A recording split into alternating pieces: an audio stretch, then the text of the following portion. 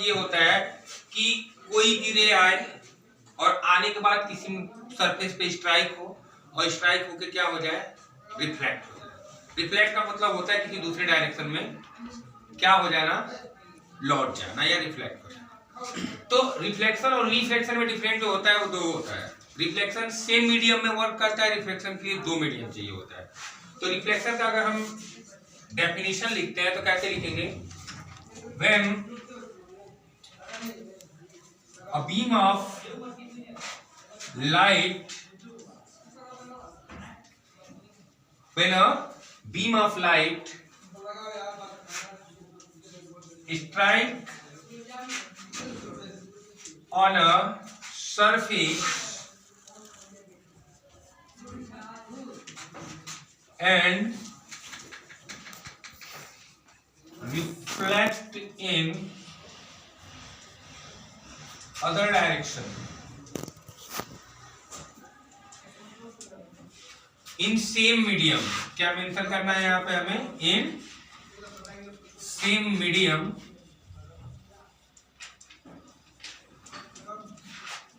is called reflection।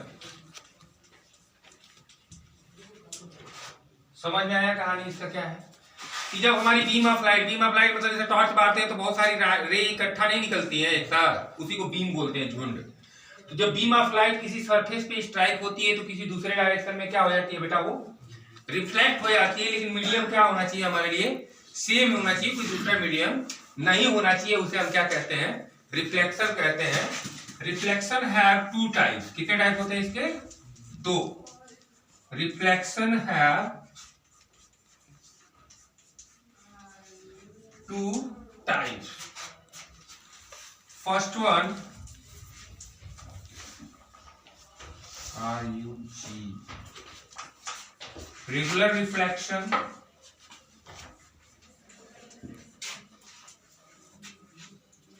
second one हमारा होता है irregular reflection।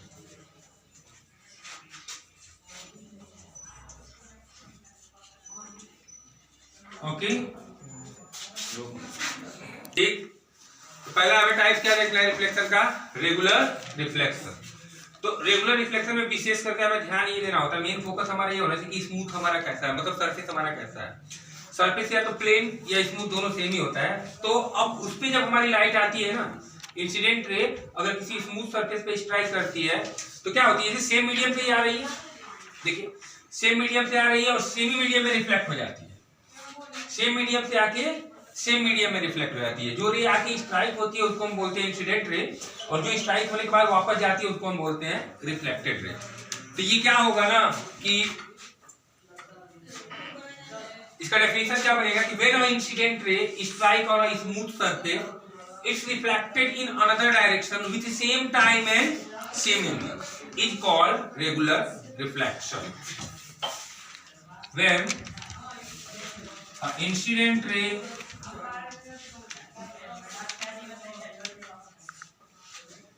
strike on a smooth surface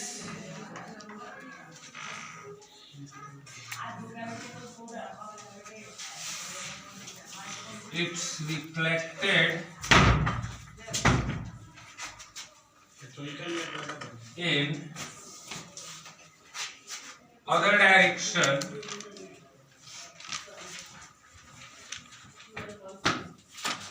with same time and same angle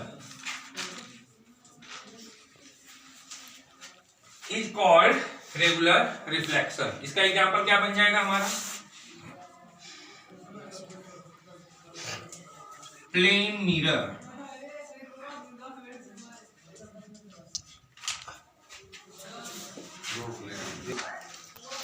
दूसरा हमारा topic क्या है, इरेगुलर रिफ्लेक्शन। इरेगुलर रिफ्लेक्शन में क्या होता है, सरफेस जो होता है कैसा होना चाहिए, रफ सरफेस होना चाहिए या तो जिगजैग।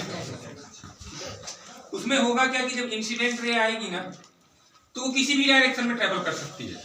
रफ सरफेस में जब इंसिडेंट रे आएगी तो किसी भी डायरेक्शन में ट्रेवल कर सकती है, वहां पे डायरेक्शन नहीं देखना है उसमें।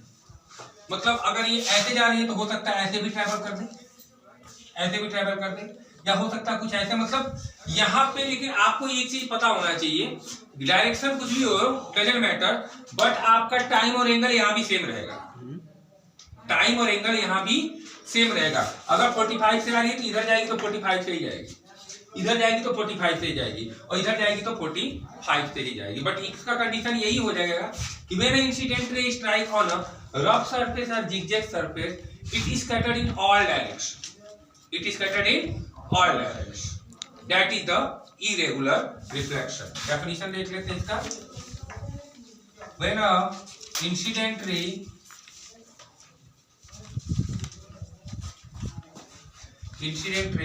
strike on a rough surface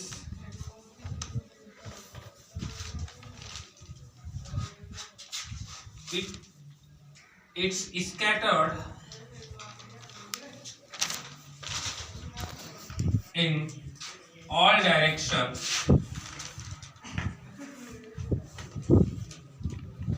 is called irregular reflection. irregular reflection, इसके लिए एग्जाम्पल हमारा बहुत कुछ बन सकता है। एग्जाम्पल अगर हम बनाना चाहें तो बुक रिफ्लेक्शन,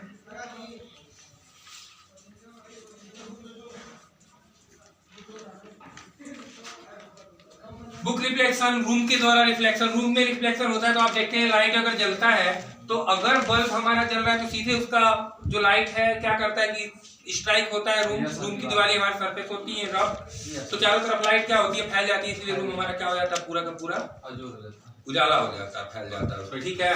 तो इरेगुलर रिफ्लेक्शन में वही बात है कि व्हेन इंसिडेंट रे, जब भी कोई इंसिडेंट रे किसी रफ सरफेस पे टकराती है तो क्या होती है कि चारों डायरेक्शन में क्या होती है, चारों डायरेक्शन में वो फैल जाती है। ऐसे रिफ्लेक्शन को हम क्या कहते हैं, इरेगुलर रिफ्लेक्शन कहते हैं। इसका एग्जांपल क्या है, book reflection, otherwise room reflection. Okay, law of reflection, ठीक है। लॉ ऑफ रिफ्लेक्शन में देखिए क्या क्या होगा, एक सरफेस है, सरफेस से इंसिडेंट रे आ रही है, रिफ्लेक्ट हो जा रही है, तो हमने क्या किया, बीच में एक नॉर्मल ड्रॉ कर दिया, और जैसे हमने बीच में नॉर्मल ड्रॉ किया हमको दो एंगल मिल गया है, एक ये वाला एंगल मिल गया है और एक ये वाला एंगल मिल गया, ठीक है। तो इस वाले एंगल को हम क्या कहेंगे बेटा, इस वाले एंगल को हम कहेंगे angle of incidence, angle of incidence. तो एंगल ऑफ इंसिडेंस अगर देखें ध्यान से तो किसके हेल्प से बना हुआ है, इंसिडेंट रे और नॉर्मल के हेल्प से, ठीक है। अब बात करते हैं इस वाले एंगल की, तो ये वाला एंगल हमारा नॉर्मल और रिफ्लेक्टेड रे के हेल्प से बना हुआ है, इसलिए इस एंगल को हम कहेंगे एंगल ऑफ रिफ्लेक्शन। तो पहला टॉपिक हमारा क्या आएगा, angle of incidence, angle of incidence. Okay, angle of incidence bracket में दिखा दिया जाएगा थीटा आई, यहाँ पे क्लियर हम डाल लेते हैं ताकि पूरा ही कवर कर दिया जाएगा। ओके, सो अगर इसका हमें डेफिनेशन लिखना है कि angle of, what is angle of incidence, by the way पूछ दे कोई, तो आप कैसे इसको एक्सप्लेन करोगे, angle that made with the help of incident ray and normal, angle that made with the help of incident ray and normal is known as angle of incidence and it's denoted by theta I. Okay. Angle that made with the help of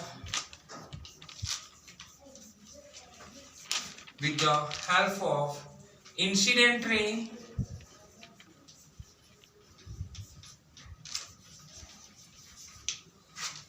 and normal is called angle of incidence। पहले यहीं पे bracket में मैंने show कर दिया है जिसको हम थीटा आई से शो करेंगे। ओके, अब हम डिस्कस करेंगे angle of reflection that is theta r, angle of reflection.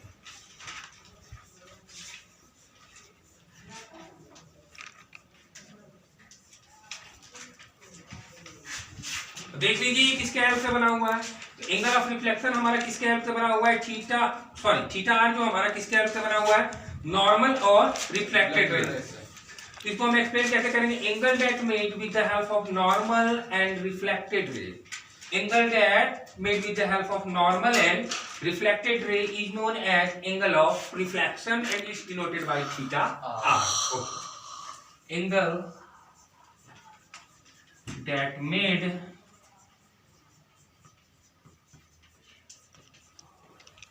with the help of normal and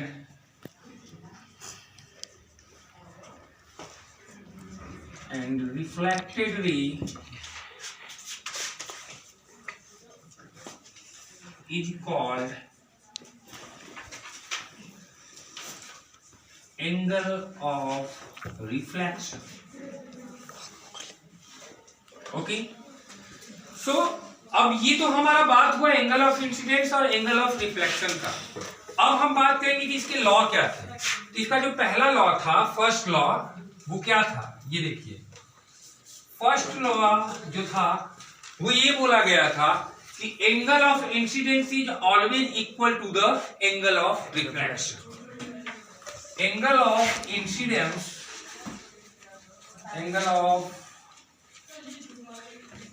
incidence is always equal to the angle of reflection। Means ये बोला गया था कि जो थीटा आई होगा वो हमेशा थीटा आर के इक्वल होगा। दूसरा बात इसमें ये बोला गया था सेकेंड लॉ में, सेकेंड लॉ के अंदर ये बात किया गया था कि incident ray, normal and reflected ray lie on a same plane. Incident ray, normal and reflected ray lie on a same plane. लिख दिया जाए इसको भी, incident ray common normal and reflected रे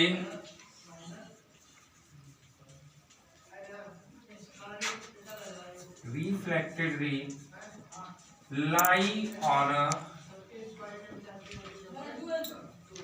same plane।